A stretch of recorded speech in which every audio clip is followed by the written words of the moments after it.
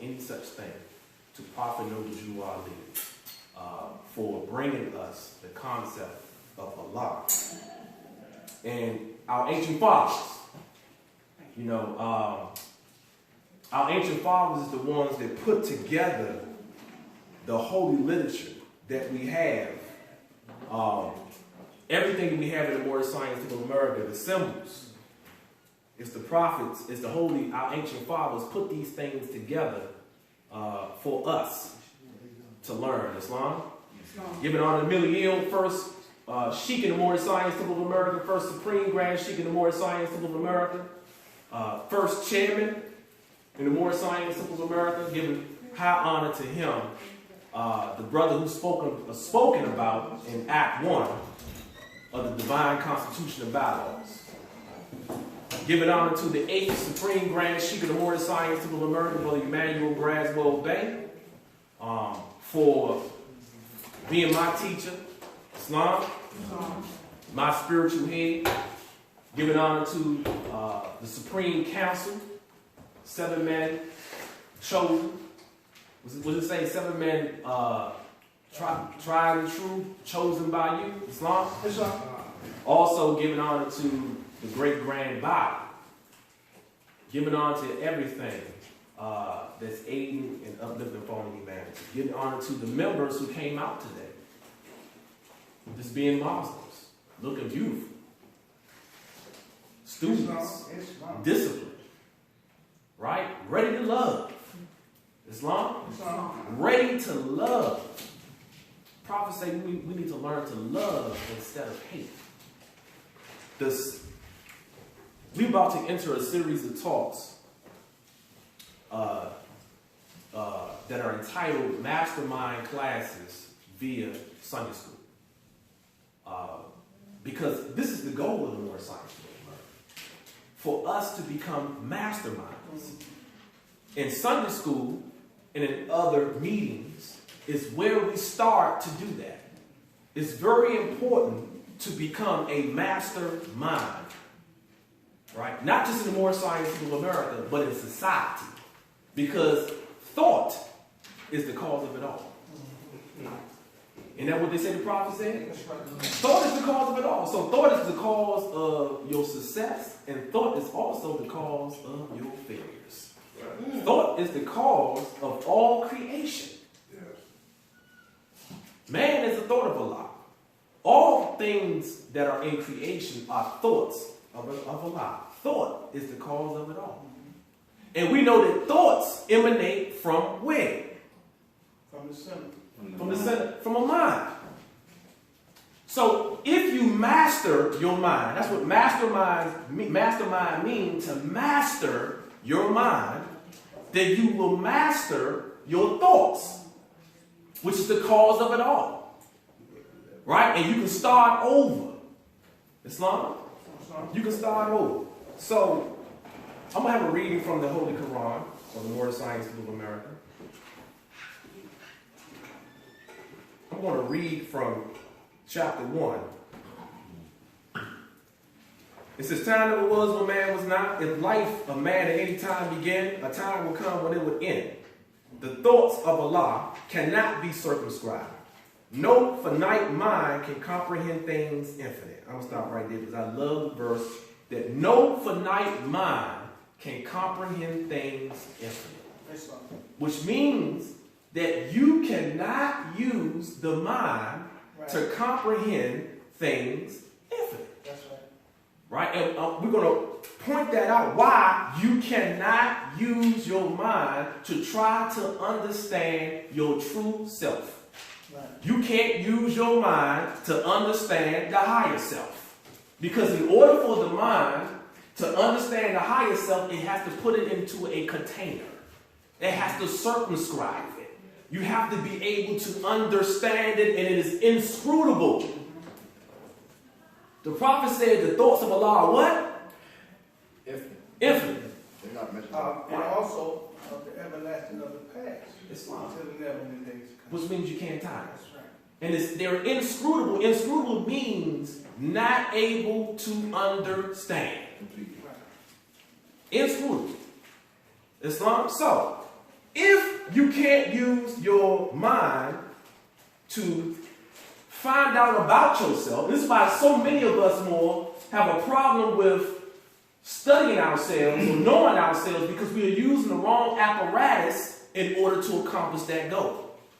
We're using the wrong thing, the wrong vehicle, in order, because we're taught in life in so many ways to always use your mind, to always think your way out of a situation. And on the earthly realm, that is true.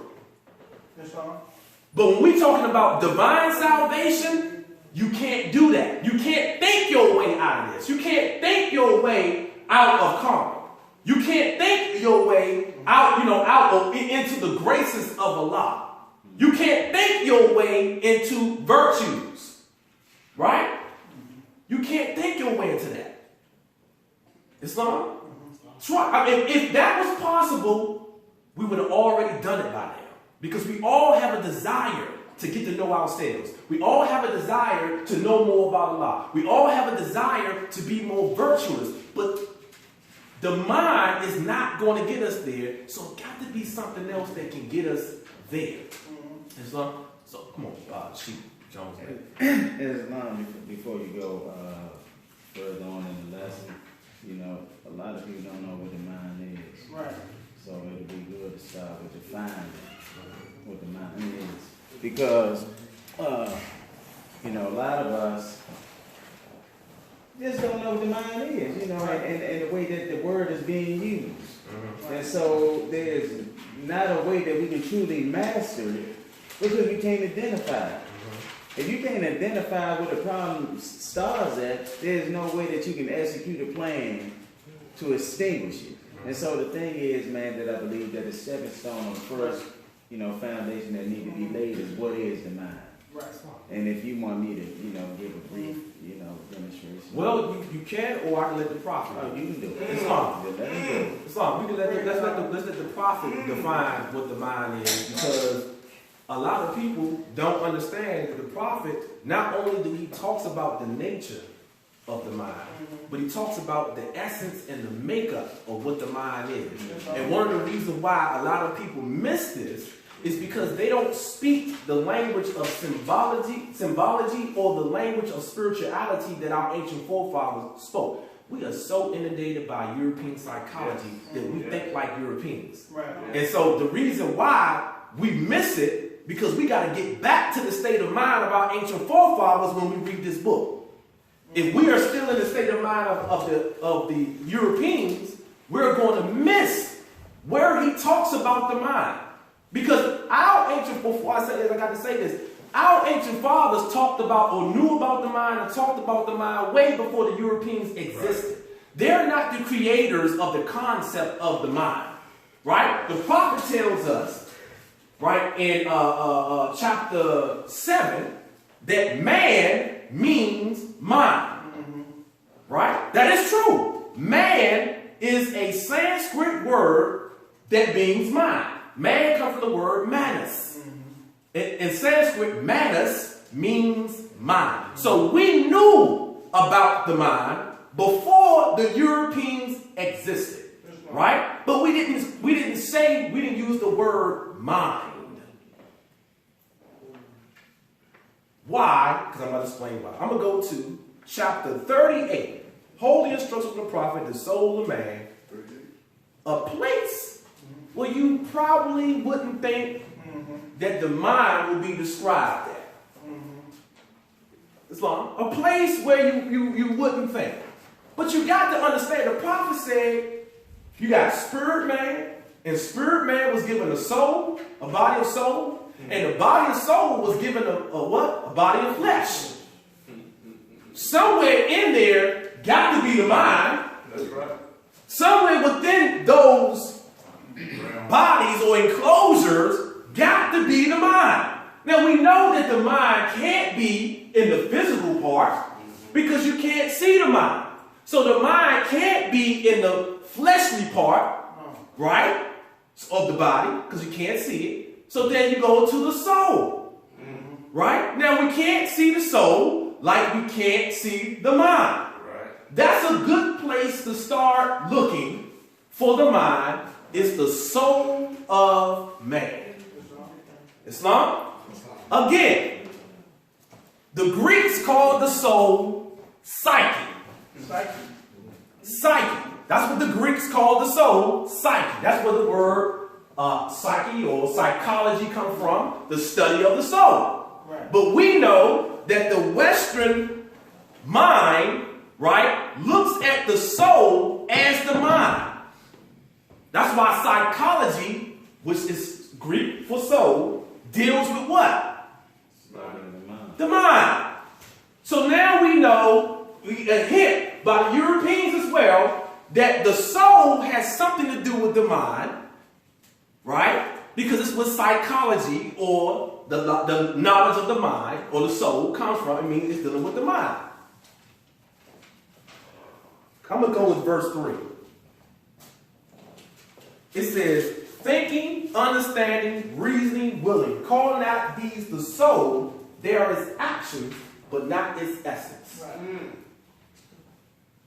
What part of you, Governor Graham Bay? It's not a hard question. I'm going to ask questions to get feedback.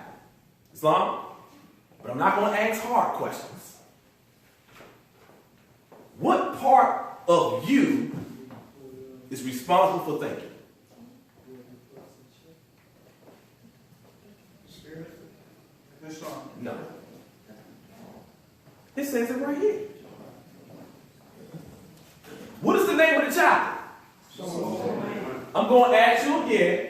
What part, so it can't be the spirit, right?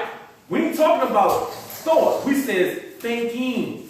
Thinking is different than thoughts. Right. Thinking.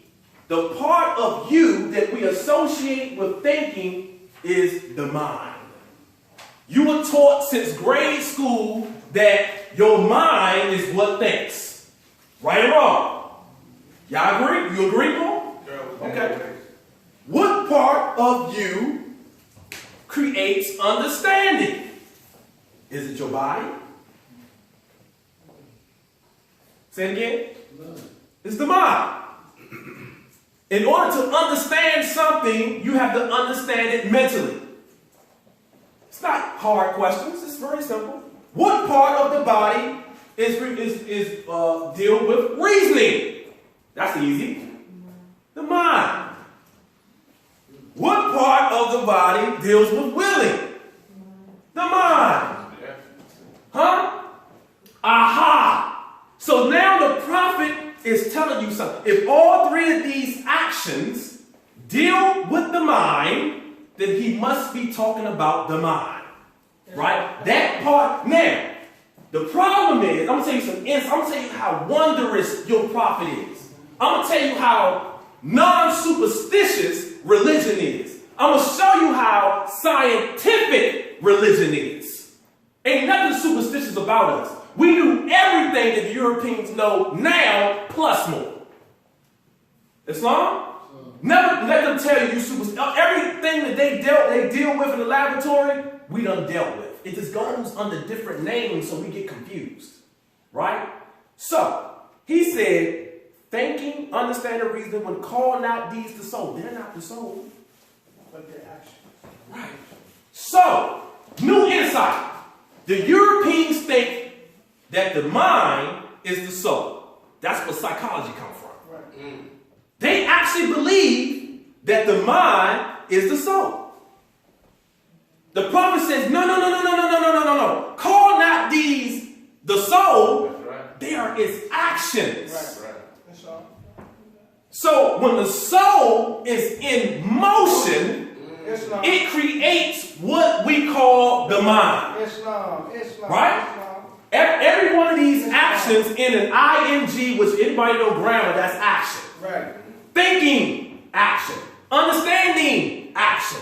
Reasoning, action. Right? Willing, action. Not will. Right. Will is ever. Allah is wisdom, will, and love. Allah is not wisdom, willing, and love. You know why?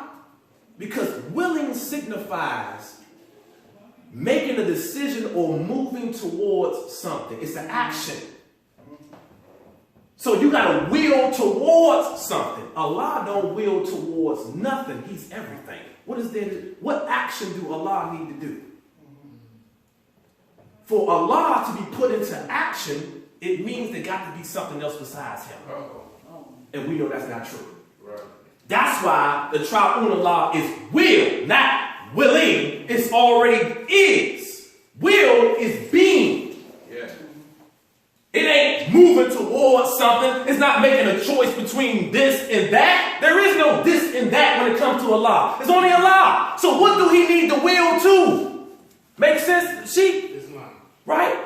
Everything is Allah. So there's a difference between the action of willing and will. One is action, one is not. Islam? So, new insight. It is the actions of the soul that create the mind. Yes. Come on, sister, you have it. I wanted to ask you, what was it you were saying at first about us not being able to think our way out of what? I said a lot of things. No, you said something about us not being able to think our way out of something or something. I'm kind of. Come on, she. She said you can't think. He said you can't think yourself. Think your way to the higher self.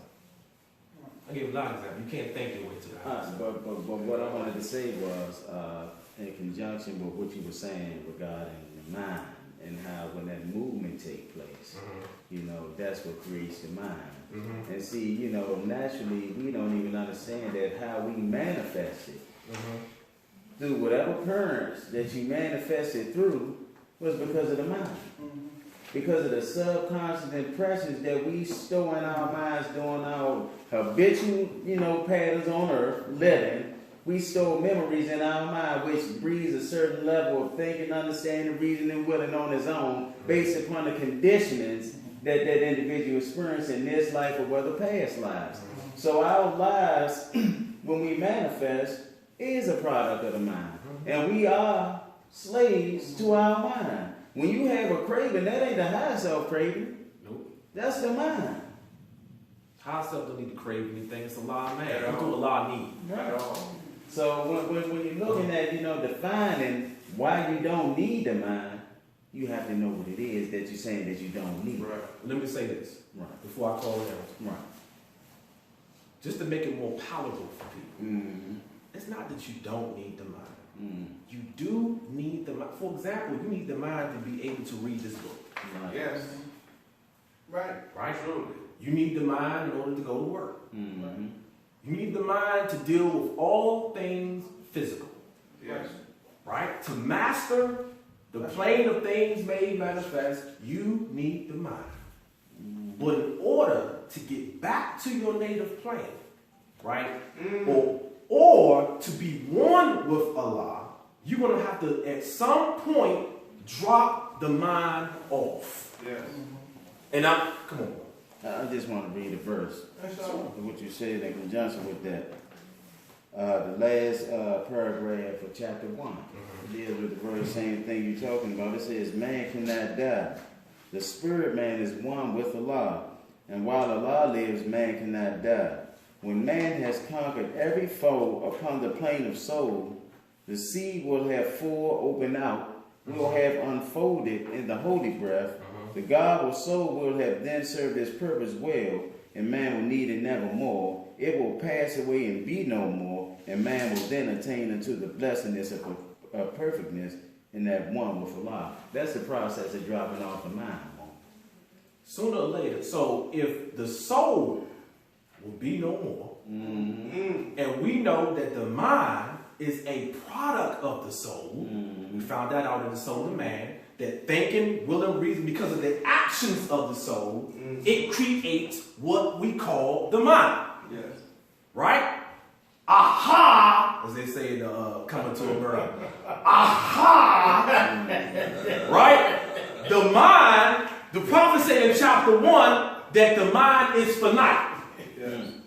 Right? Did he say that? No finite mind can comprehend anything. Now, most people, when they look at that, they say, well, the opposite of a finite mind is an infinite mind. The prophet didn't say that. He ain't mentioned nothing about no infinite mind, nowhere in this book. That ain't nothing but theosophical Helen Blavatsky's teachings from the Europe that then got into weaving into the everlasting gospel. Prophet never said anything about an infinite mind, but we're going to talk about that in a minute. He said, no finite mind. Right. The reason why the mind is a finite is because it was a time when it didn't exist. Right. And because it was a time when it didn't exist, can we all agree on that? That's right. There will be a time when it don't exist again. And the funny thing about that, the mind is the shadow of the lower self. What do I mean by that? The mind is the shadow of the lower self. Because the mind is not the soul itself, it's the actions of the soul, which is just the shadow. So if you stop the actions, what's going to happen to the mind? It's only created when your soul is in action. If you will see where we're going, because now we're going to start moving toward the end to technique, how you make these lessons practical. We're talking about mastermind classes. So in order to become a mastermind, you have to master your mind. The first thing you got to do is know what the mind is. The mind is a collection of actions by the soul. These collective actions come together, people call them mind. The totality of the actions, mind.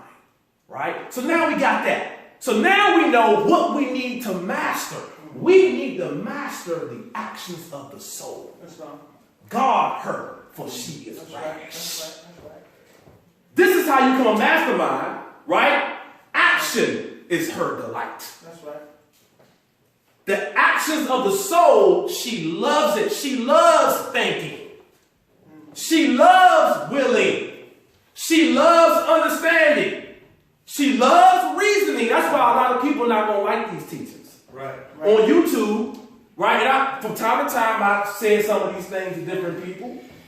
Either people love it because it's inspiration and it's revelation to them, or they find a reason to dislike it. You know why? Because we are in love with the mind. Right? We are in love with our slaveholder and we don't even know it. And it's like the house Negro. Right? We don't even think that we are enslaved by the mind. So we don't even want to give up that. How can you say, get rid of the mind? How?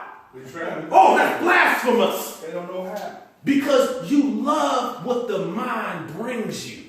The mind, all of this is sponsored and brought to you by your mind. All of your lust is sponsored and brought to you by your mind. Right? All of your misery is sponsored and brought to you by your mind. We are in love with misery. That's right. And anguish.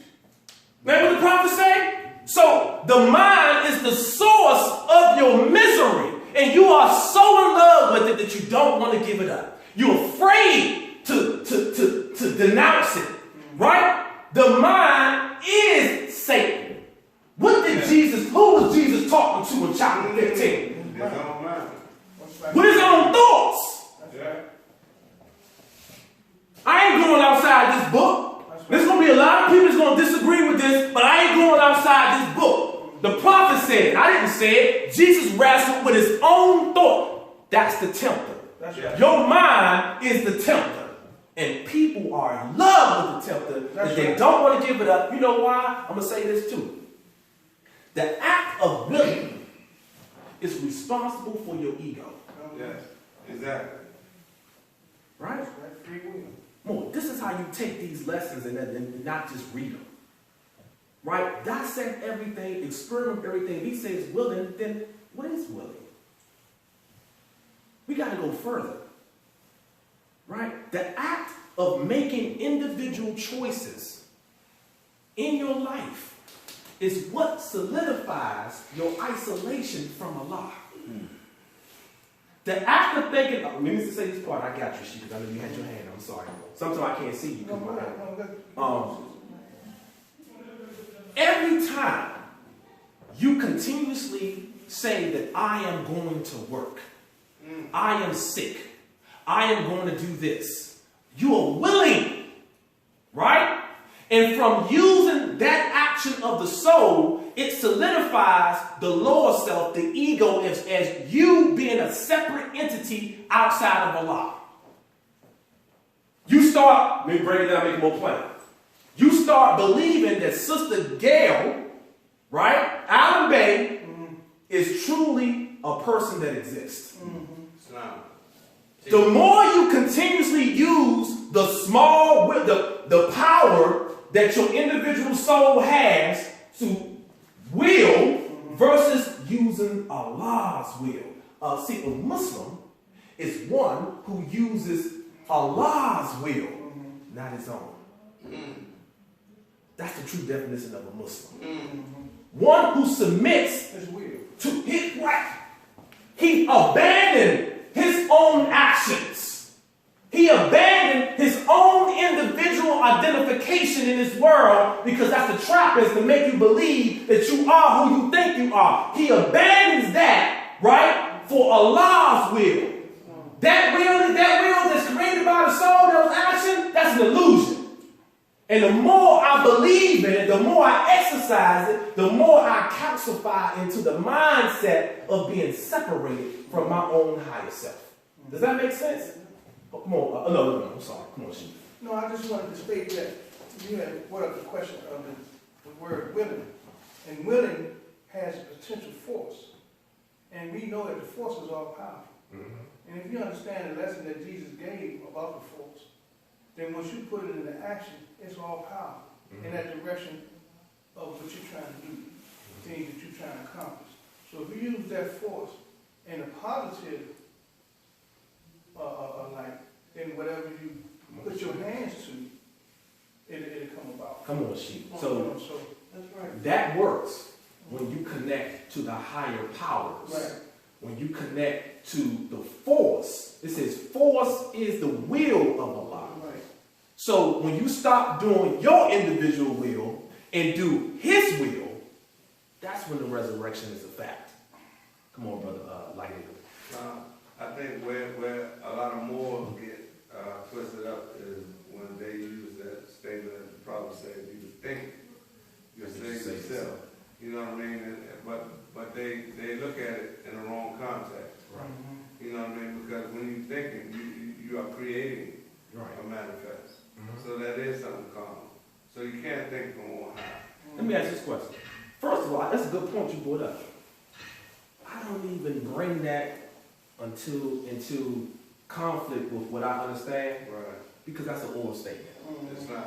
I'm not saying that he didn't say it. Right. I'm not saying he did. I'm just not sure. Right. Right. So I'm not going to spend a lot of time trying to reconcile what somebody said that the prophet said with what's in here. Right. You feel what I'm saying? Right. That's dangerous when people do that. So that's the reason why we don't even quote those, because it brings a lot of confusion. Because people will do that. They will say, well, the prophet said if you get... What did he say that? Right. Exactly. Where? You sure he said that? I'm not saying he didn't. It says Sister Jenkins said that Brother Braxton said that Sister Betty said that the prophet said. Right. Yeah. That's what it says. That's where the confusion is. That's what the confusion come in at. So I will rely upon this and everything that the prophet, and if I'm wrong, Allah forgive me for trying to be pure with my teachings. Right? So I don't be mixed up. Come on. Because I think, there was a lot of hooks, infused in the movement along the way to deter one from progressing or elevating to that high You mean sense like of spiritual significance, or understanding where the prophet was trying to take us. Because just like we say here in Temple 52, there's two ways you can look at the Holy Quran with more science above murder. You can look at it from a philosophy perspective, or you can look at it from a technique perspective. It's how you're using it, because it's not in the possession, but it's in the knowing the using of what we have. But just, thinking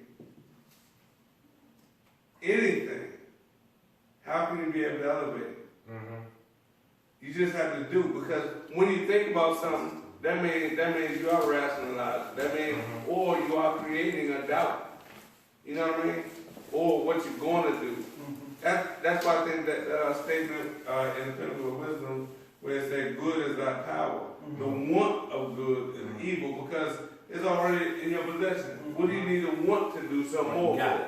You know what I'm saying? You already got it. Just go do it. Peace. Thank you, Lord. Islam. Sister, you just said that, right? Yes, you're speaking of the mind and the fact that it's limited.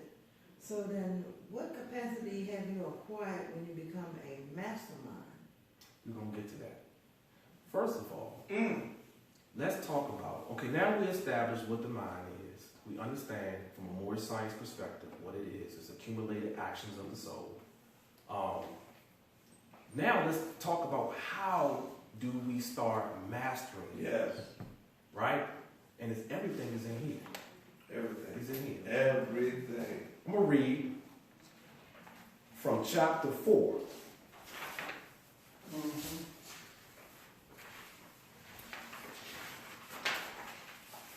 I'm going to read 30 and 31, chapter 4. Okay. For many years, Matheno was a mastermind in the temple of the Brotherhood. And when he told about the life of John and his mission to the sons of men, the Hierophant with joy received a harbinger, and he was called the Brother Nazareth. For 18 years, John lived and wrought within these temple gates, and here he conquered self, became a mastermind, and learned the duties of a harbinger. That's not. That's it right there. So,